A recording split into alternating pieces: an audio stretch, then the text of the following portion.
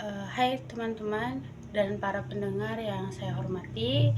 Perkenalkan, nama saya Novida Meria Butar-Butar dengan NIM 112110333, kelas MA 21BA1 pemasaran, dan di sini saya akan membuat suatu video untuk memenuhi tugas dari dosen pembimbing Bapak Halifi Hajijan yang saya hormati dalam mata pelajaran berpikir krisis. Dan pada kesempatan kali ini saya akan membahas sebuah topik yang sangat penting dan relevan dengan kehidupan ekonomi kita sebagai warga negara Indonesia, terutama sebagai mahasiswi yang peduli terhadap perkembangan kebijakan ekonomi negara kita.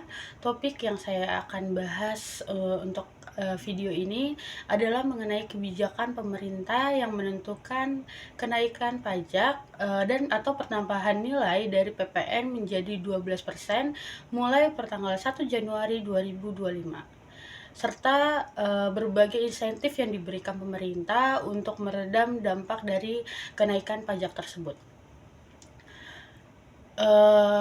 Insentif tersebut contohnya seperti diskon listrik 50%, bantuan beras untuk masyarakat miskin, dan insentif bagi sektor UMKM.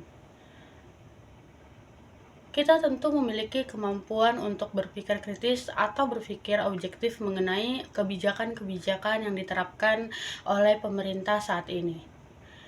Dalam pendapatan, kita tidak hanya mengandalkan intuisi atau perasaan pribadi, tetapi juga perlu mendasari pendapat kita dengan berbagai teori ekonomi yang relevan serta bukti-bukti yang konkret yang ada.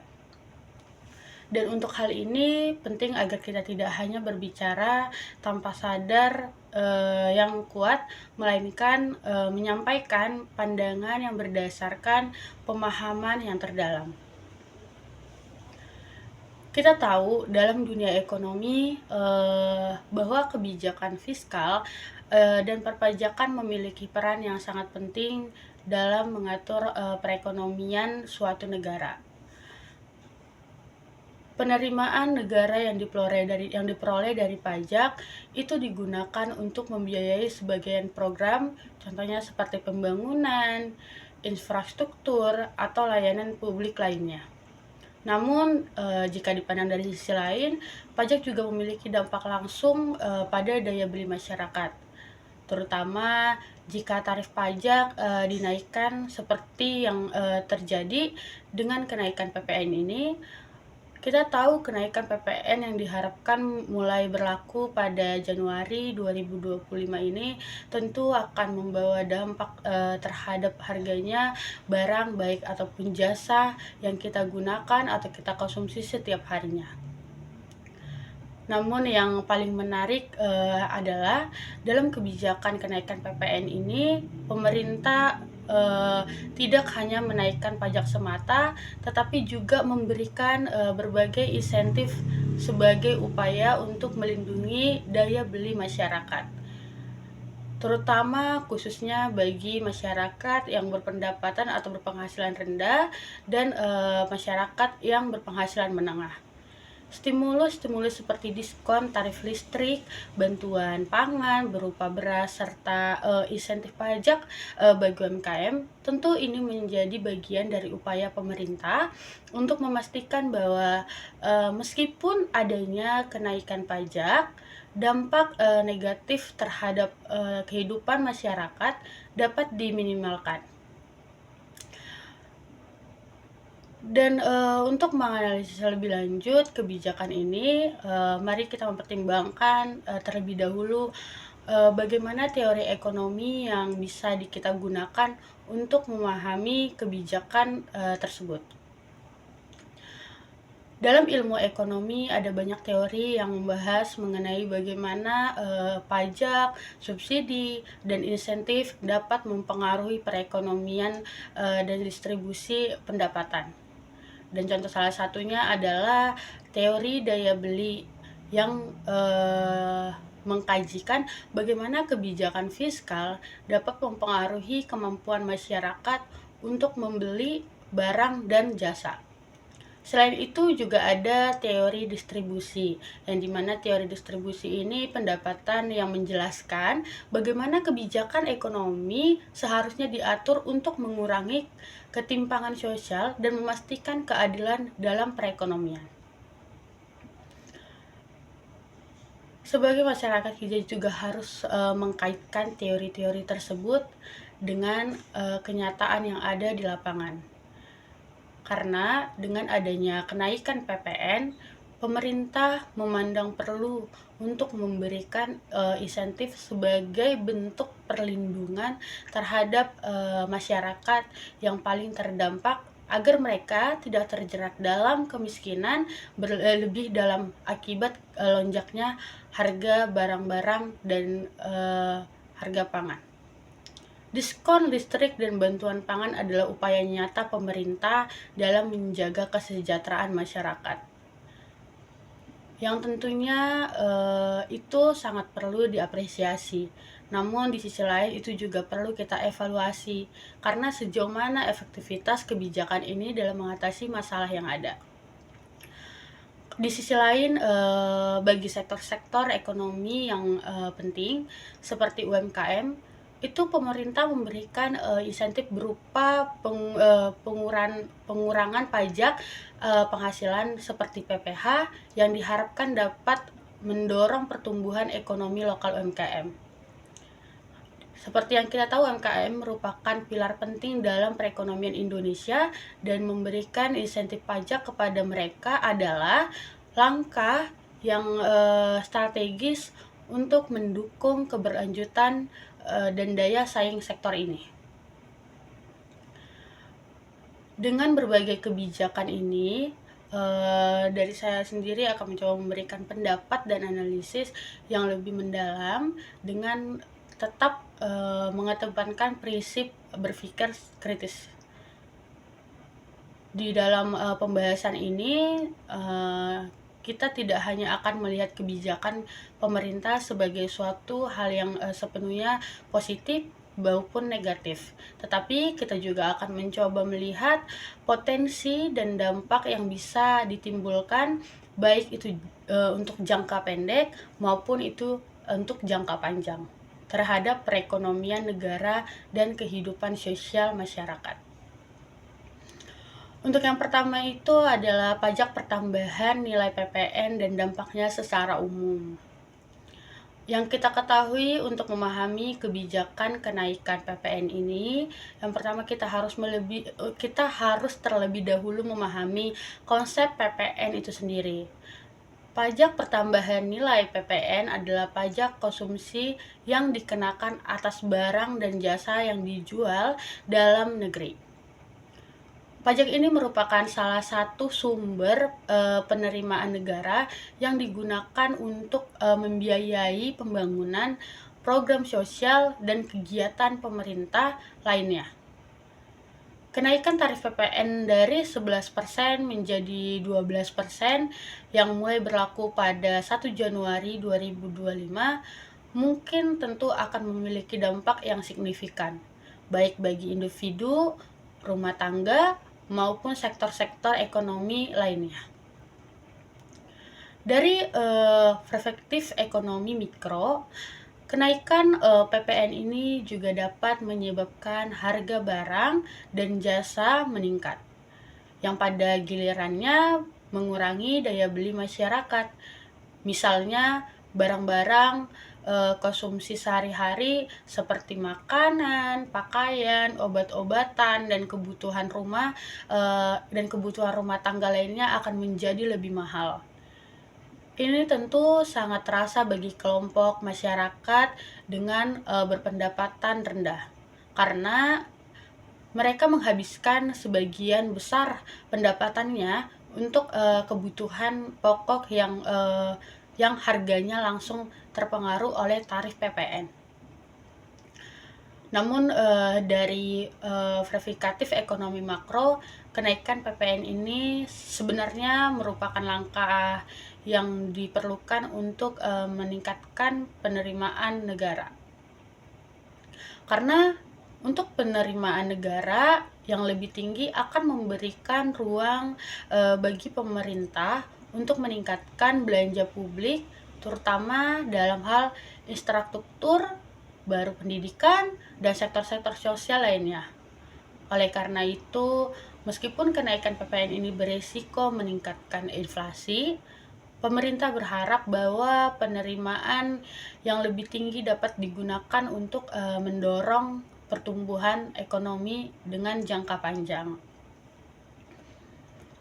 Namun kita juga harus berpikir kritis untuk kenaikan PPN ini. Karena kenaikan PPN ini tidak hanya berpengaruh pada harga barang dan jasa, tetapi juga akan mempengaruhi tingkat konsumsi masyarakat secara keseluruhan. Karena dalam teori ekonomi Keynesian yang menekankan pentingnya permintaan agregat, kenaikan PPN ini bisa mengurangi konsumsi rumah tangga yang pada gilirannya dapat menurunkan pertumbuhan ekonomi, terutama dalam jangka pendek. Itu apakah kebijakan ini sudah mempertimbangkan dampak negatif tersebut. Terus untuk yang kedua itu ada stimulus diskon listrik 50%. Yang dimana salah satu kebijakan stimulus yang diumumkan adalah pemberian diskon listrik 50% itu selama 2 bulan, yaitu pada bulan Januari dan Februari tahun 2025. Untuk pelanggan listrik dengan daya 2200 watt ke bawah, diskon ini diharapkan dapat membantu mengurangi beban masyarakat, ya terutama yang berpendapatan rendah akibat kenaikan harga barang dan jasa yang disebabkan oleh kenaikannya PPN. Kebijakan ini sebenarnya sangat relevan karena listrik merupakan salah satu kebutuhan pokok masyarakat. Karena bagi setiap rumah tangga tanpa listrik hampir semuanya aktivitas sehari-hari mulai dari memasak, penerangan, hingga akses informasi itu menjadi terganggu. Menurut data yang diberikan, sekitar 97% pelanggan PLN di Indonesia akan mendapatkan manfaat dari kebijakan diskon ini. Ini menunjukkan bahwa kebijakan ini bersifat inklusif dan menyasar hampir ke seluruh lapisan masyarakat. Namun dalam konteks ekonomi mikro, kita juga perlu melihat apakah diskon ini benar-benar dapat mengurangi beban pengeluaran rumah tangga. Karena secara signifikan, meskipun diskon listrik 50% dapat memberikan bantuan dalam jangka pendek, kita perlu melihat lebih jauh apakah kebijakan ini cukup efektif dalam mengatasi masalah inflasi dan daya beli masyarakat dalam jangka panjang. Apakah ada kebijakan lain yang mungkin lebih mendalam dan berkelanjutan yang bisa diambil untuk meringankan beban masyarakat secara lebih menyeluruh. Untuk yang ketiga itu adalah bantuan pangan beras 10 kilo untuk 16 juta keluarga.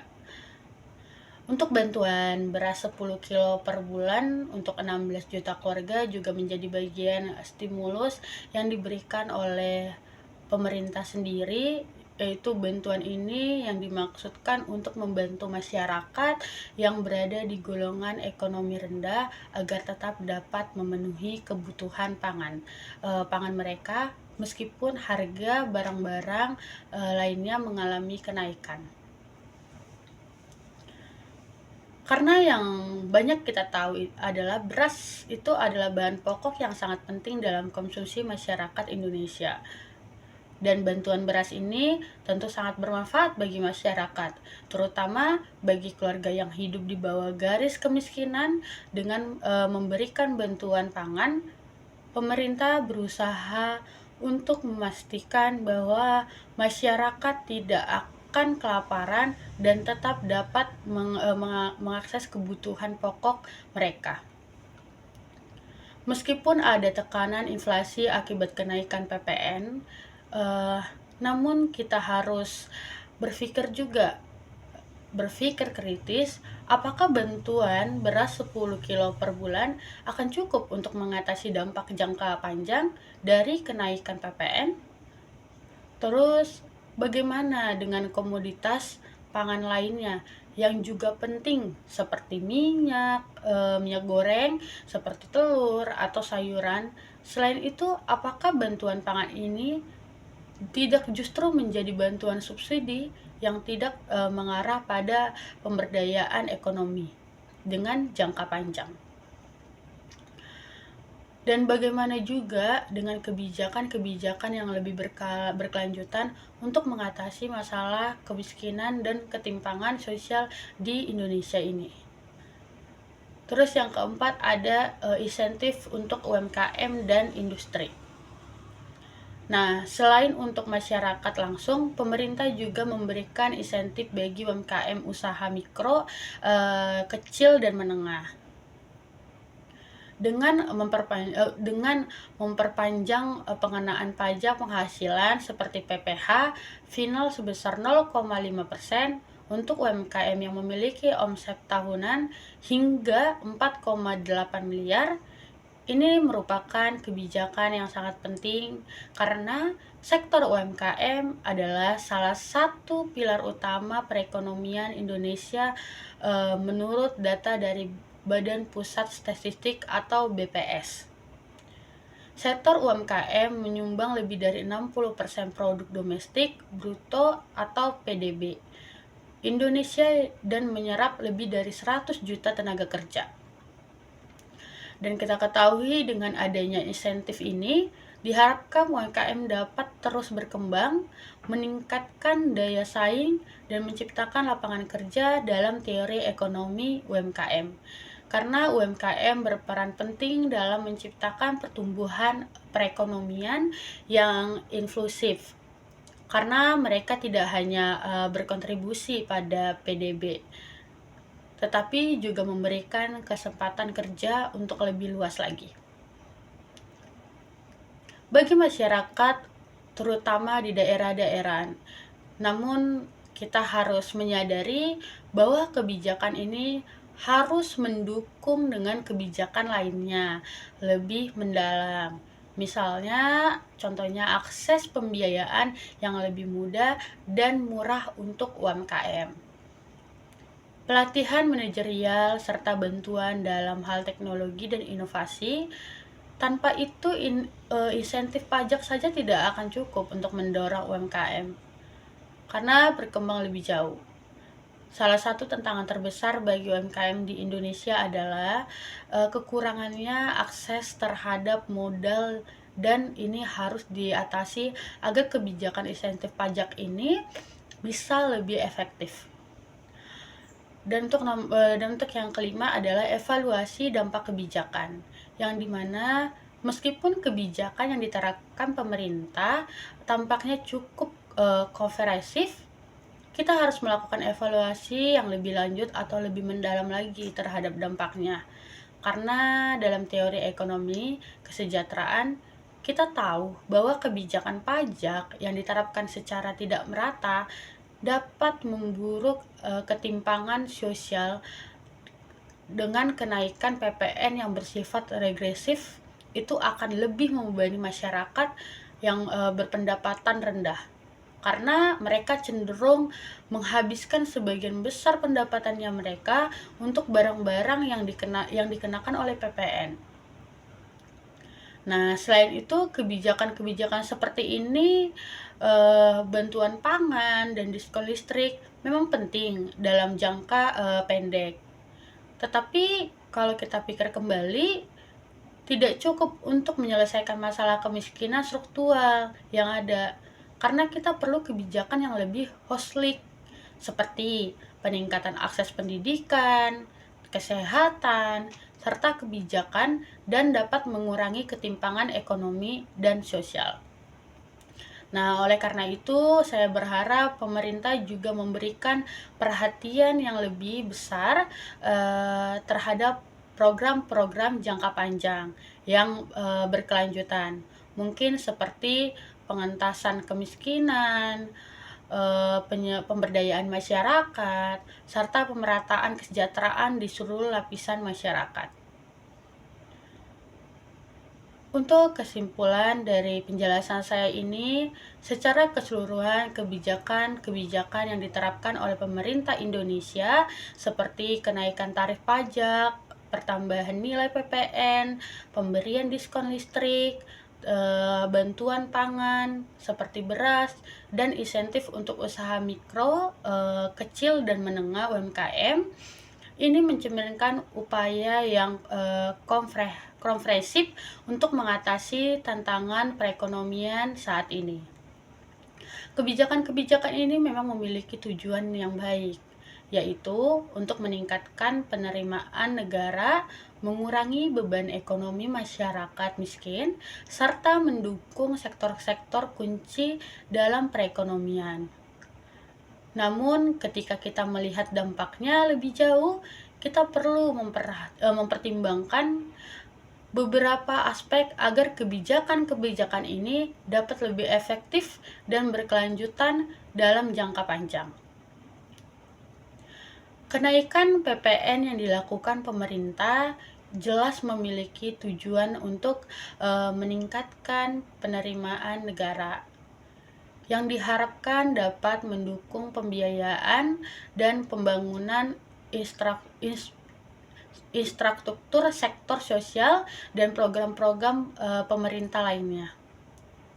Namun, di balik itu, kenaikan tarif PPN sebesar 1% dari 11% menjadi 12% berisiko memburuk beban hidup masyarakat, terutama kelompok pendapatan rendah yang cenderung menghabiskan sebagian besar pendapatan mereka untuk kehidupan mereka sehari-hari.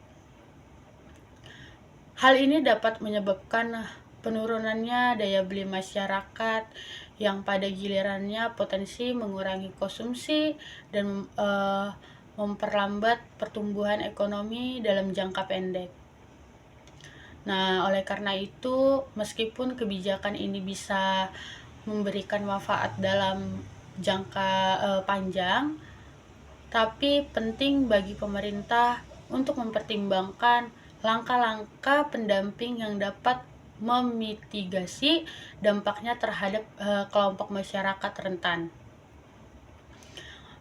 Dari sisi lain, kebijakan diskon listrik 50% dan bantuan beras 10 kilo per bulan untuk 16 juta keluarga merupakan kebijakan yang bertujuan untuk memberikan bantuan langsung kepada masyarakat yang paling terdampak oleh inflasi akibat kenaikan PPN. Listrik dan beras itu adalah kebutuhan dasar yang tidak dapat digantikan, dan dengan memberikan bantuan dalam bentuk diskon atau distribusi atau subsidi pangan, pemerintah memberikan sedikit kelegaan bagi keluarga-keluarga miskin yang paling terdampak. Namun, kebijakan ini lebih bersifat sementara dan hanya mencangkup dua komoditas utama dalam kehidupan sehari-hari. Dan ini berarti bahwa meskipun bantuan ini dapat mengurangi beban biaya hidup dengan jangka pendek, kebijakan ini tidak dapat menyelesaikan masalah ketimpangan sosial dan ekonomi yang lebih mendalam. Karena yang kita tahu, selain itu, bantuan beras hanya mencakup satu komoditas penting, sementara banyak komoditas lain yang juga penting dalam konsumsi rumah tangga, seperti mungkin minyak goreng, sayuran tadi, dan daging yang juga terpengaruh oleh inflasi. Lebih jauh lagi, kebijakan insentif pajak untuk UMKM. Nah, dengan memperpanjang pengerahan pajak penghasilan PPH atau final sebesar 0,5% untuk UMKM yang memiliki omset tahunan hingga 4,8 miliar, ini adalah kebijakan yang sangat penting untuk mendukung sektor yang berperan besar dalam perekonomian Indonesia. Karena untuk UMKM sendiri itu menyumbang lebih dari 60% produk domestik atau bruto PDB dan menyediakan lapangan pekerjaan bagi dari 100 juta orang di Indonesia ini. Karena dengan memberikan insentif pajak, pemerintahan memberikan ruang bagi sektor UMKM untuk berkembang, meningkatkan daya saing, dan menciptakan lapangan pekerjaan. Namun, meskipun insentif pajak ini penting, insentif ini tidak cukup tanpa adanya kebijakan pendukung lainnya. Mungkin seperti akses pembiayaan yang lebih murah dan pelatihan manajerial secara dukungan terhadap digitalisasi dan teknologi yang dapat memperkuat daya saing UMKM di pasar global. Dan tentu tanpa dukungan yang lebih holik, UMKM mungkin akan kesulitan untuk memanfaatkan insentif pajak ini karena secara optimal. Dalam evaluasi kebijakan secara keseluruhan, meskipun kebijakan-kebijakan ini terlihat sebagai respon yang baik terhadap permasalahan ekonomi yang ada, dampaknya terhadap ketimpangan sosial dan ekonomi harus menjadi perhatian utama. Karena kenaikan PPN yang bersifat regresif cenderung lebih membebani masyarakat berpendapatan yang rendah.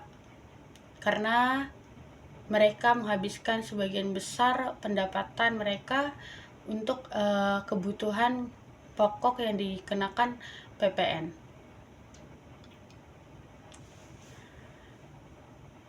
Kebijakan pajak yang diterapkan perlu dirancang dengan lebih mempertimbangkan dampaknya terhadap ketimpangan ekonomi yang sudah ada. Oleh karena itu, pemerintah perlu melanjutkan upaya untuk mengatasi ketimpangan sosial, tidak hanya melalui kebijakan yang berfokus pada distribusi pendapatan dengan jangka pendek, tetapi juga melalui kebijakan dengan jangka panjang yang lebih mendalam lagi, dan harus meningkatkan kualitas pendidikan dan akses layanan kesehatan yang lebih baik lagi bagi seluruh lapisan masyarakat. Selain itu, kebijakan pemberdayaan masyarakat harus menjadi bagian integral dari kebijakan ekonomi, program-program pengentasan kemiskinan, pemberdayaan, dan UMKM untuk meningkatkan kesejahteraan sosial memang sangat penting. Tetapi mereka harus diimbangi dengan kebijakan yang lebih mendalam dan berkelanjutan untuk menciptakan peluang ekonomi yang lebih merata. Pembangunan yang berkelanjutan memerlukan upaya yang lebih baik lagi, mencakup pengurangan ketimpangan antara daerah, menyediakan akses pendidikan yang berkualitas di seluruh Indonesia, serta memberikan kesempatan yang lebih besar untuk kelompok marginal agar dapat berpartisipasi dalam perekonomian secara lebih produktif. Oleh karena itu, kebijakan fiskal dan kebijakan sosial harus berjalan beriringan untuk menciptakan ekosistem yang mendukung pertumbuhan ekonomi yang inklusif dan pemerataan kesejahteraan. Pemerintah harus terus berupaya memastikan bahwa kebijakan yang diterapkan tidak hanya memberikan solusi dalam jangka pendek, tetapi juga dapat menciptakan kondisi yang lebih baik bagi masyarakat dalam jangka panjang. Kebijakan yang dirancang dengan baik dan mengintegrasikan pertumbuhan ekonomi, pemerataan sosial, dan pengurangan kemiskinan akan menciptakan masyarakat yang lebih adil, sejahtera, dan berdaya saing. Oleh karena itu, kebijakan ini lebih berkelanjutan, berfokus pada pemberdayaan ekonomi dan pemerataan peluang di seluruh lapisan masyarakat. Sangat diperlukan untuk mencapai tujuan pembangunan yang lebih inklusif dan merata di masa depan. Dengan langkah-langkah yang tepat, Indonesia memiliki potensi besar untuk menciptakan perekonomian yang lebih kuat dan berkeadilan, dan dapat memberikan manfaat yang lebih luas bagi seluruh masyarakat Indonesia. Sekian presentasi dari saya. Kurang lebihnya mohon dimaafkan. Terima kasih.